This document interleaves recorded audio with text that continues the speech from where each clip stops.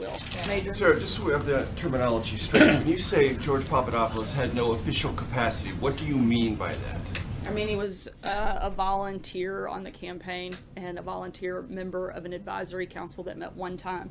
So these activities were entirely of his invention. No one asked him to do any of these things. Is that what you're telling the American public? I'm telling you that he was a volunteer member of an advisory council that literally met one The reason time. I ask is now there are two episodes in which people associated with the campaign at a rather high level, at least in one instance, and George Papadopoulos is a member of a foreign policy or military advisory committee, sought dirt on Hillary Clinton from people representing themselves as either linked to or associated with the Russian government. Is that just a coincidence? The only interaction I'm aware of that deals with this individual was him reaching out and being repeatedly denied. So that's all I can tell you is he asked to do things, he was basically pushed back or not responded to in any way.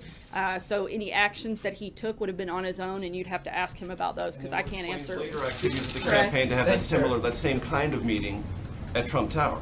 I'm sorry? What explains the campaign's later involvement with those associated with the Russian government, or said they were, to get dirt on Hillary Clinton later in the campaign? We've Are these addressed that. things They too? took one are they meeting, coincidental? nothing came of it. No, I don't believe so. That does not indicate a pattern of trying to obtain that information from A that pattern government. of getting information about your opponent. No, the From big hostile difference government. here is you From a have hostile a government. meeting that took place versus millions of dollars being sent to create fake information to actually influence the election. You compare those two, those are apples and oranges. What the Clinton campaign did, what the DNC did, was actually exchange money. They took a meeting. Those are far different, and one is pretty common practice in any campaign to take a meeting. The other one is actually paying money for false information. That's a big deal and a big difference. Thanks, Sarah. I have two questions.